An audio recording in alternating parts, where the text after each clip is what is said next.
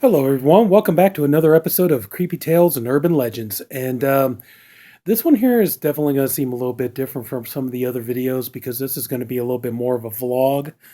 But yeah, I think you're going to kind of already understand when you see the title of the video, you know what this is going to be about. So just get into it. I only saw three movies in the theater this year so far.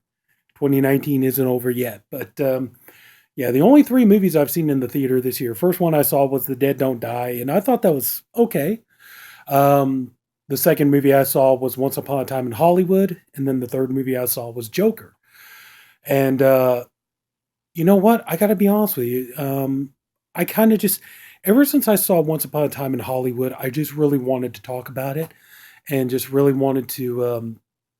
It was a movie that, you know, being a true crime fanatic, I was really interested in seeing it because it's like word got out that Quentin Tarantino is making a movie that Leonardo DiCaprio is in it and it has to do with Charles Manson and the Manson family. And that right there just intrigued me. I'm a definite huge Quentin Tarantino fan. If you look on my old channel, Cinema 77 Horror and Cult Film Lover, I did at least two videos on Quentin Tarantino. I did one where I reviewed Grindhouse, and I even reviewed that for the Body Bags channel, Grindhouse double feature. And I did a video on The Hateful Eight, where I talked about is The Hateful Eight a horror film? Which ultimately decided no, it's not. But at the same time, it's definitely got some very strong horror elements to it. I mean, you have these people isolated in a cabin. Um, you have Kurt Russell in there, and the story is about these people who are isolated in this place. Nobody knows who the other one is. Nobody can trust each other. It's snowbound. There's no way of escape. So and also too, not to mention the Ennio Morricone music, where he uses music cues from The Thing and even Exorcist 2, and you even hear David Hess's song from Last House on the Left, Now You're All Alone. And, so I talked about how it's like, even though the movie Hateful Eight is not a horror film, it could definitely be understood as one, why people would definitely think it is one. I mean, when you see all the horror elements that go into it, you see like Kurt Russell when he's vomiting blood into Jennifer Jason Leigh's face. Does that not kind of give you images in your head of Evil Dead or something like that? So I did a video about that, but so of course, we waited a few years, found out hey, Quentin Tarantino is going to make another movie, and this one has to do with, at first, they kind of made it out like the whole movie was going to be about the Manson family, and that Leonardo. I even heard rumblings, back in the day they were talking about, well, Leonardo DiCaprio is going to play Charles Manson in the movie, but then we find out that no, it's more a movie about Hollywood, in the late '60s, and but Manson figures a little part in the film, but he's not the focal point of it. And so we kind of get a little bit like a Inglorious Bastards kind of a thing where it's kind of something similar to that, where Quentin Tarantino does a movie that's revisionist history and stuff.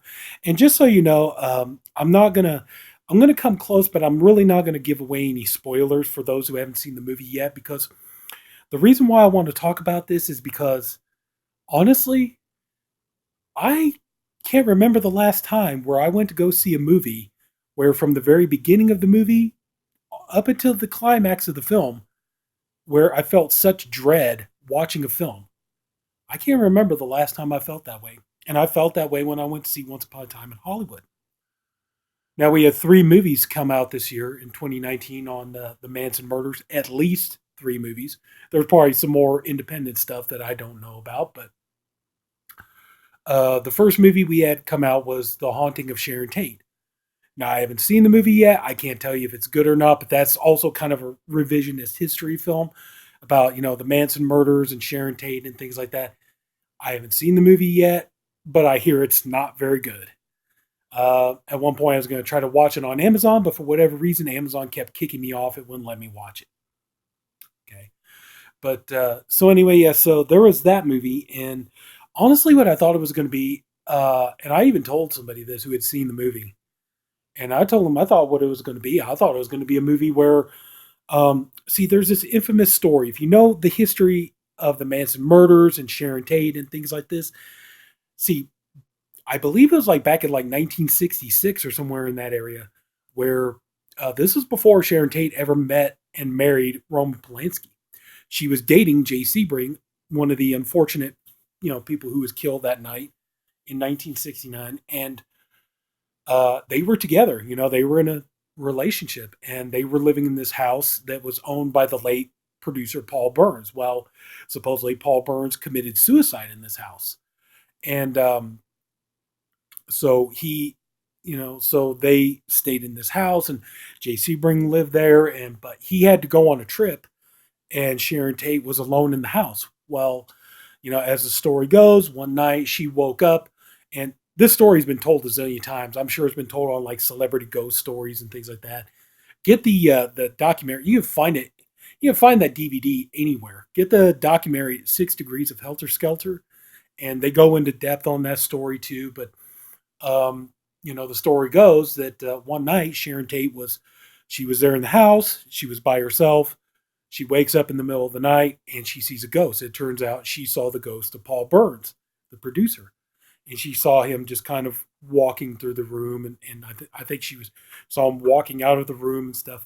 Well, of course, she's scared. She's shaken up. She's freaking out and stuff. So she goes downstairs, and then she sees this horrible like image, this manifestation of a woman tied to a banister, a beautiful blonde woman, is like Sharon Tate was, and she's tied to the banister. She's drenched in blood, and supposedly her throat was cut. You know, and everybody always speculated that that was Sharon having a premonition of her own murder, which would happen a couple of years later. And so, Sharon, she got upset. She got nervous. She went, made a drink. They keep talking about like there was this little space on the wall by the bar where she, used her fingernail to kind of chip away the wallpaper that was there. But she was finally able to calm down and go back to bed. And then, of course, unfortunately, what happened in August 1969 happened. So I thought that that's what that movie, The Haunting of Sharon Tate, I thought it was going to be about that. And maybe the idea that, you know, that through the years, that Sharon Tate knew that something was going to happen to her. She had these premonitions, but she didn't know how to stop it. There was no way for her to know if it was going to happen, when it was going to happen, how it was going to happen. And then ultimately what ended up happening to her happened. That's what I thought the movie was going to be about. But, I told this to a friend of mine who saw it, and he's all like, not even close, dude. Not what you think it's going to be. And he's like, honestly, I don't even recommend watching it once. So.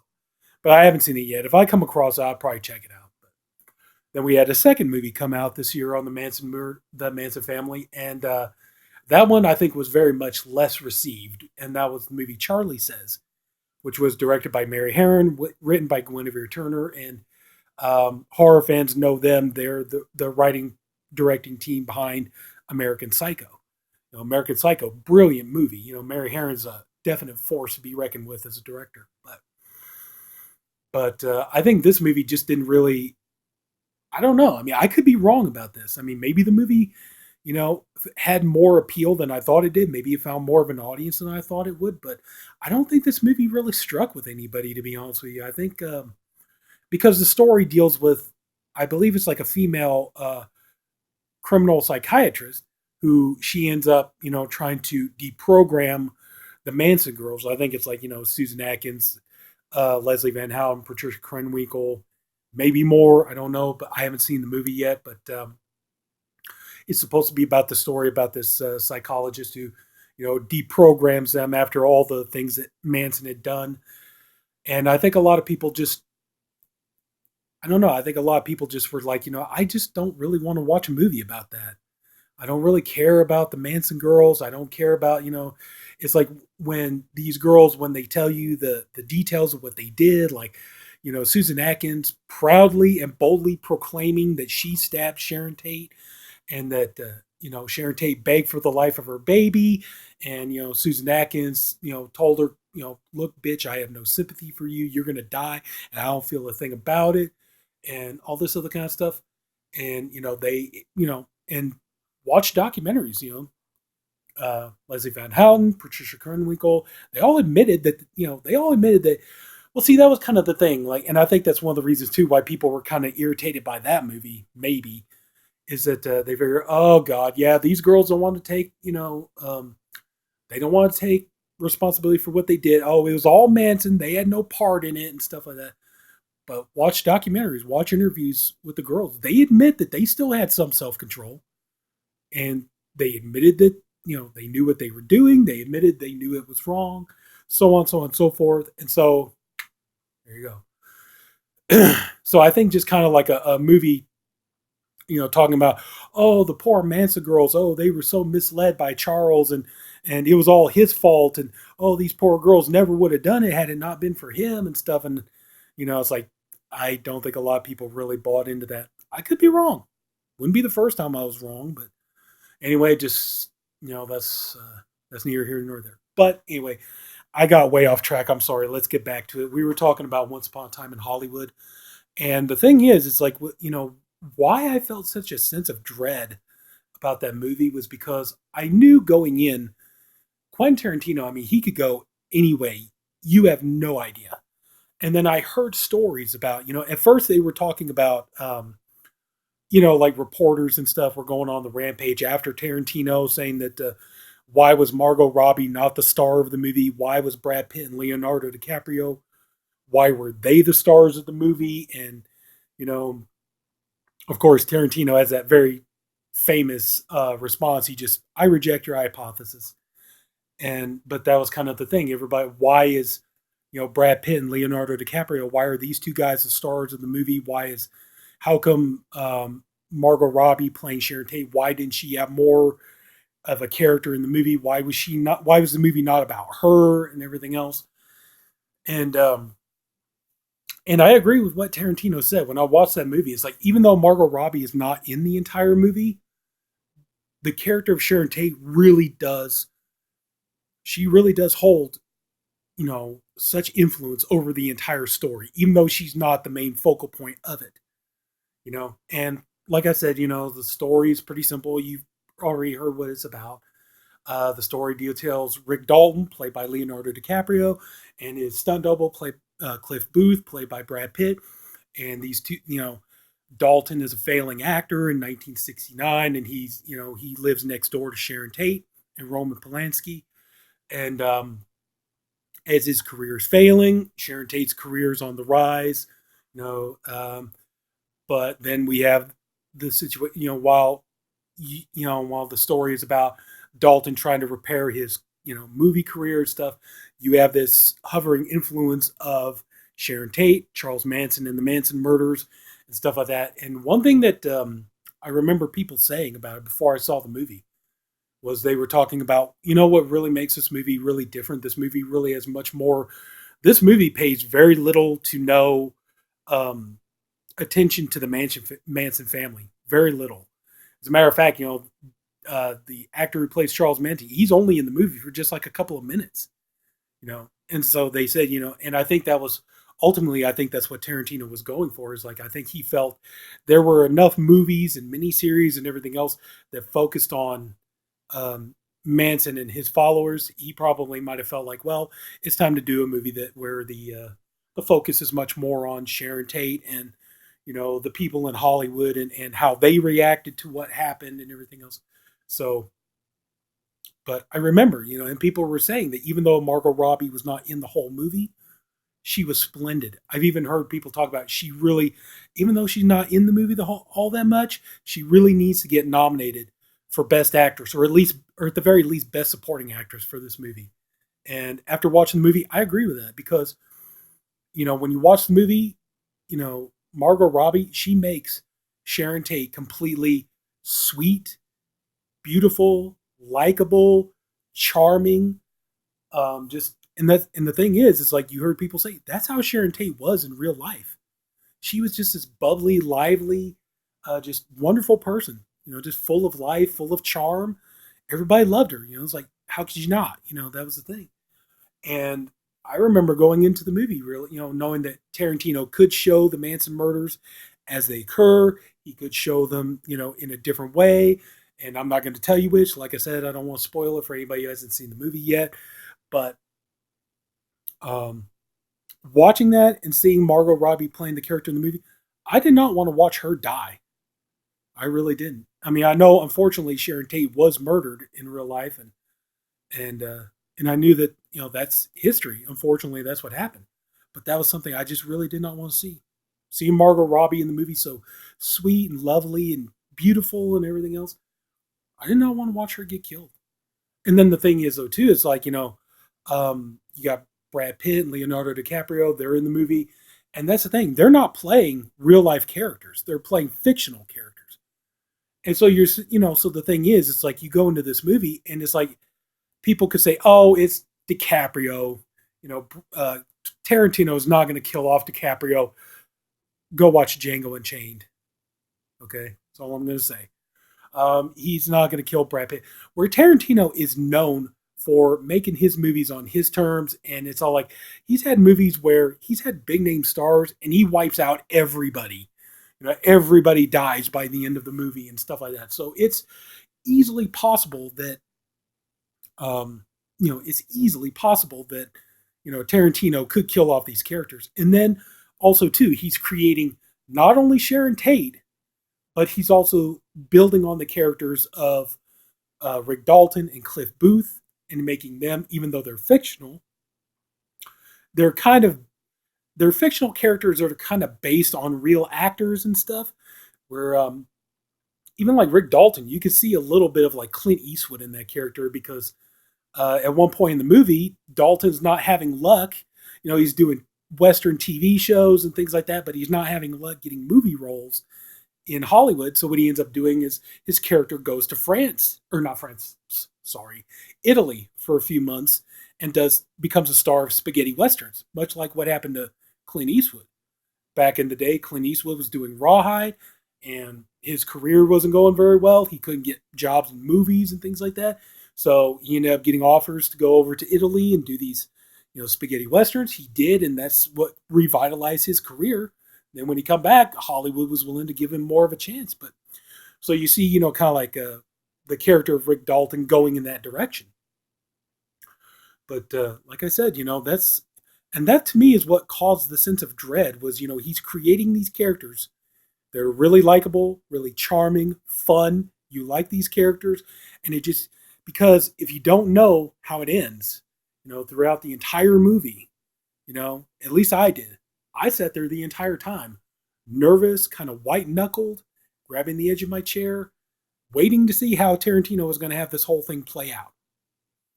And I'm not going to give away what happens at the end. I'm not going to tell you about the climax or anything. Let's just say on, August the 8th, 1969, when, Tex Watson, Linda Kasabian, who I believe Linda Kasabian was played by Kevin Smith's daughter. So I thought that was interesting. Patricia Quenwinkle and Susan Atkins, they're going to, Cielo Drive so that they can kill Sharon Tate and the people in the house.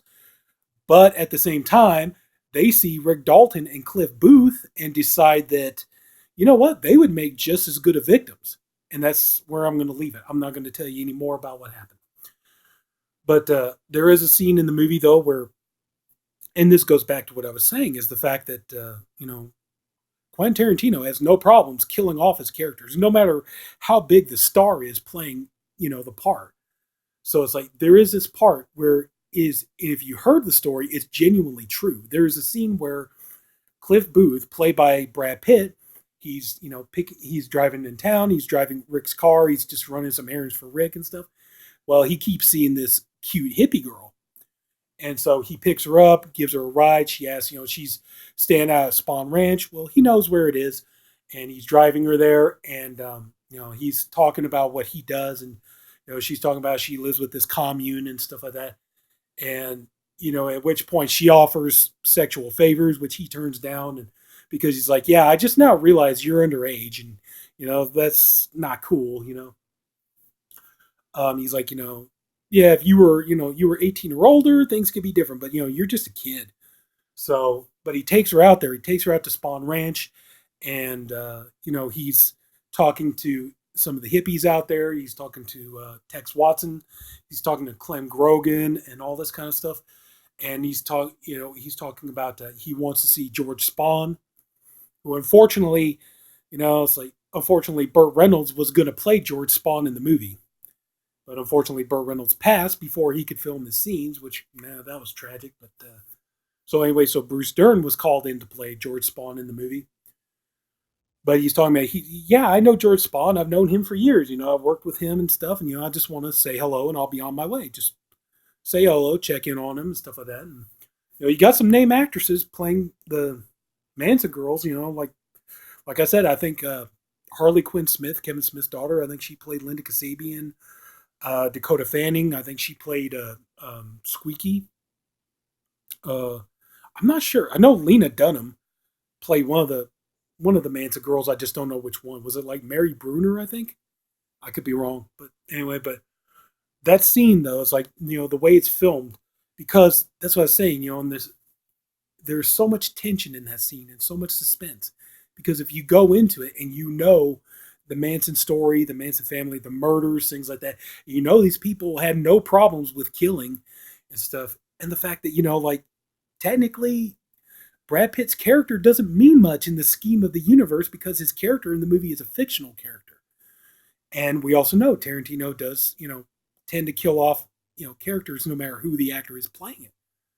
So anyway, so when they tell you about that scene, believe it. I remember that scene was so suspenseful and I was so on the edge of my seat. And just wow. But I would definitely say, if you haven't seen Once Upon a Time in Hollywood yet, it's coming out on, Blu-ray, 4K, and all that kind of stuff. And the only thing that really pisses me off is they're talking about, oh, there's going to be a 4-hour version of it, but it's going to be on Netflix only. It's like, really? The only way we can see that, like Hateful Eight, they put out was it a 3.5-hour version of the movie, but you only get that on Netflix. And they're talking about doing the same thing with Once Upon a Time in Hollywood. Seriously, thank you. Yeah, freak you very much. But anyway, so if you get a chance, if you have any interest in the, you have any interest in the Manson family murders and the history of it, and Sharon Tate and things like that, you haven't seen the movie yet. When it comes out, man, I strongly suggest give it a watch, because like I said, I can't remember the last time I watched a movie where I felt that much suspense and dread watching a movie because I knew the history. So anyway, so yeah, I think that's pretty much going to wrap it up. But like I said, I'm not giving away any spoilers. You wait and watch the movie, see what you think. You could agree with me, you could not, but I just felt like I wanted to talk about that, just because I think that's really what it boils down to. Is this was the first time I felt so much dread and fear watching a movie in a long time, and it's definitely a good watch. So I highly recommend it. So I've already got my copy of it pre-ordered, so I'm ready for it. I'm ready to watch it again.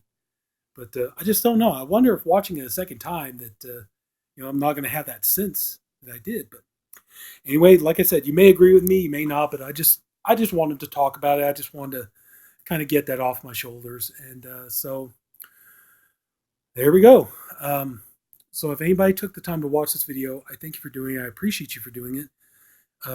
If you like this video, please like. Hopefully, if you haven't, maybe go ahead and subscribe to my channel. There'll be weekly videos posted. And anyway, yeah, so take care, and thank you for listening to me ramble on, and I'll see you in the next video. Have a good night.